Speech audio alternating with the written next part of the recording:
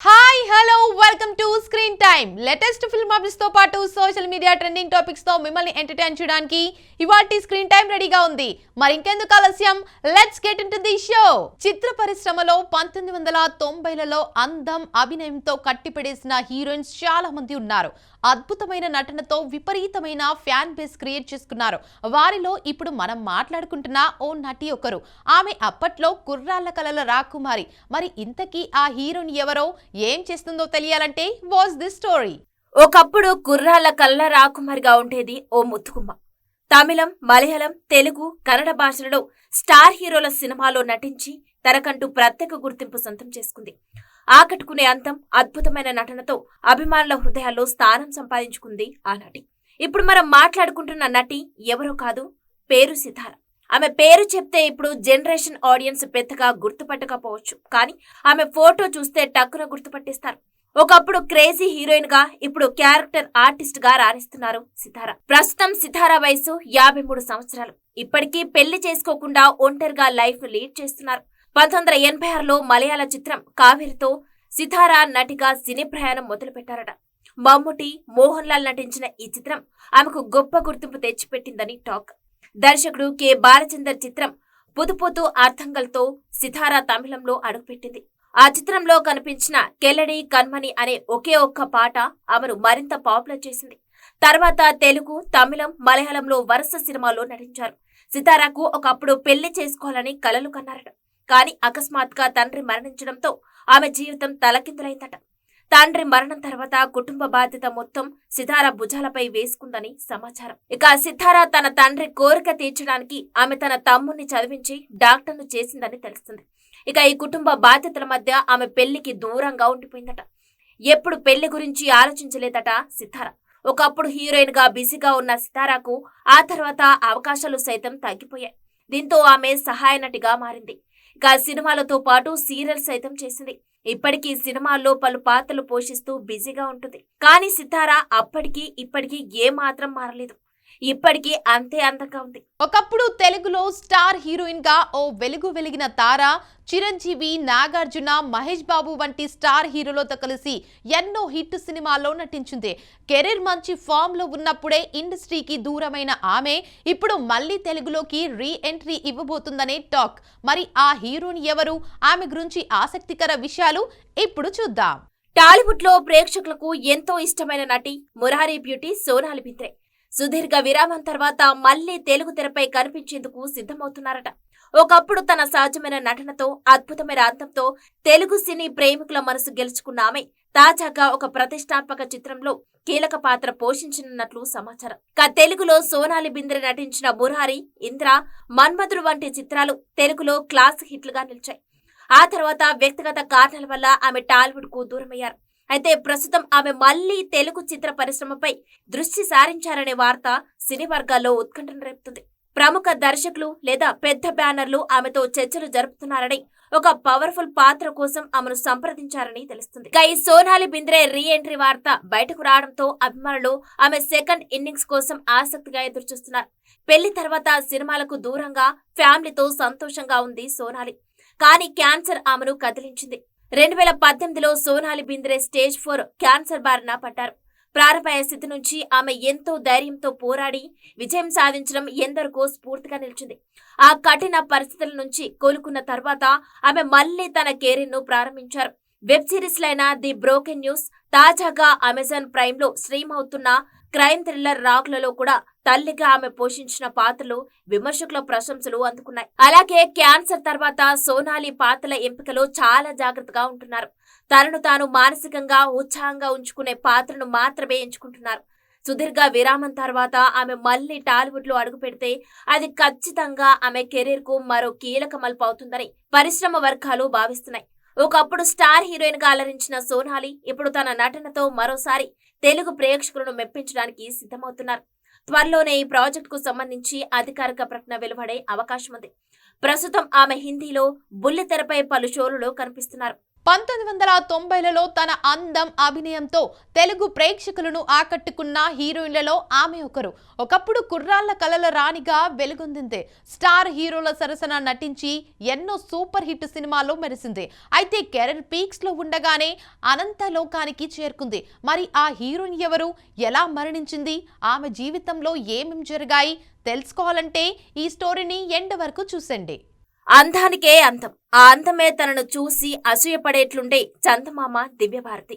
ఆమె మరణించి 28 ఏళ్లు గడుస్తున్న తెలుగు, హిందీ సినీ ప్రేక్షకుల హృదయాల్లో ఆమె జ్ఞాపకాలు పదిలంగా ఉన్నాయి.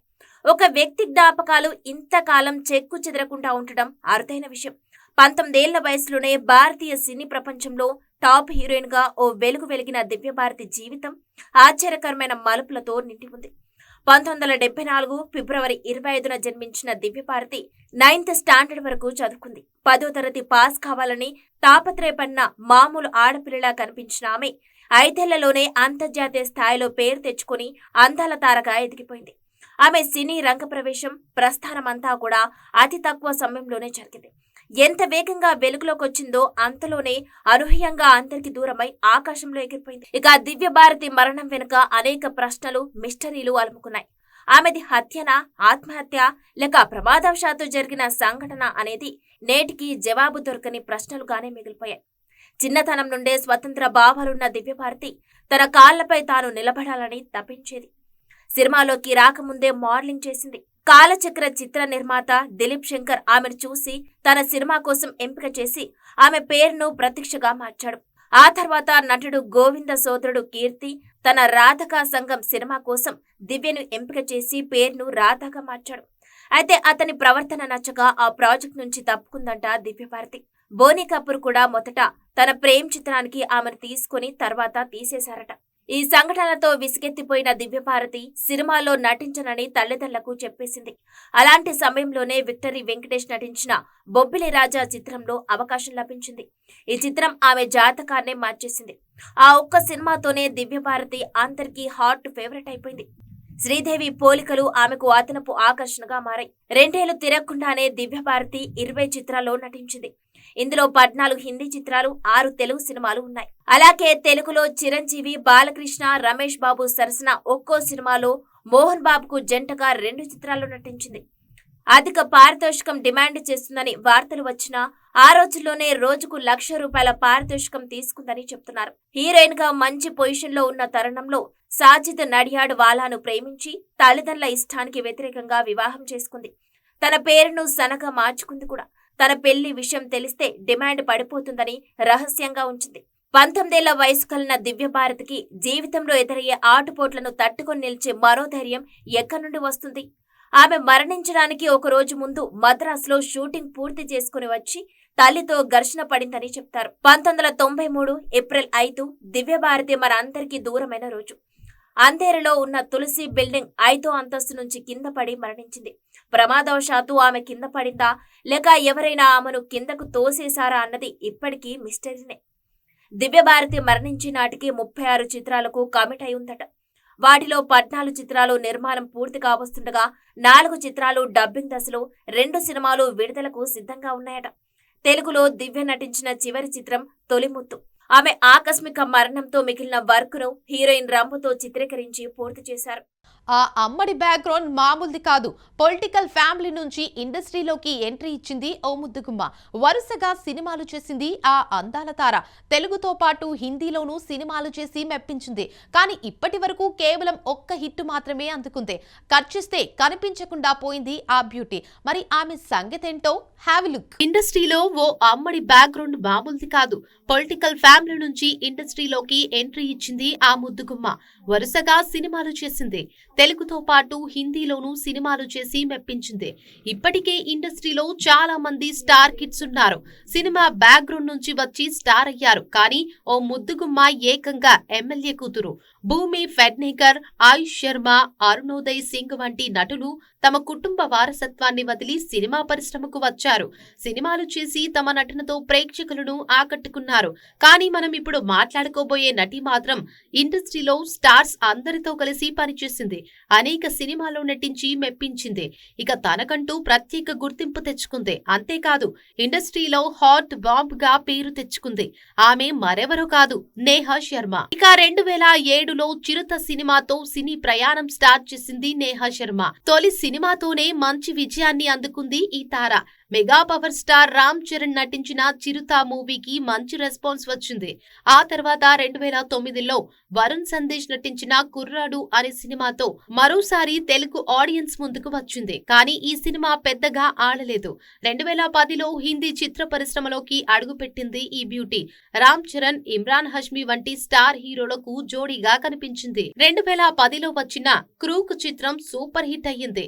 ఈ సినిమా తర్వాత నేహా శర్మకు చాలా సినిమా ఆఫర్లు రావడం ప్రారంభించాయి. కానీ 16 ఏళ్ల సినీ ప్రయాణంలో నేహా ఖాతాలో కేవలం ఒక్క హిట్ మాత్రమే పడింది. నేహా తండ్రి అజిత్ శర్మ బీహార్ శాసనసభలో బాగల్పూర్ నియోజకవర్గం నుంచి అనేకసార్లు ఎమ్మెల్యేగా ఎన్నికయ్యారు. ఆయన కాంగ్రెస్ పార్టీకి చెందిన ఎమ్మెల్యే. ఇక నేహా శర్మ 2020 నుంచి చిత్ర పరిశ్రమకు దూరంగా ఉంది. కానీ సోషల్ మీడియాలో చాలా యాక్టివ్ గా ఉంటుంది. ఇది వాటి స్క్రీన్ టైం. మరో స్క్రీన్ టైం తో మళ్ళీ కలుద్దాం. అంతవరకు చూస్తూనే ఉండండి మీ స్టూడియో 1.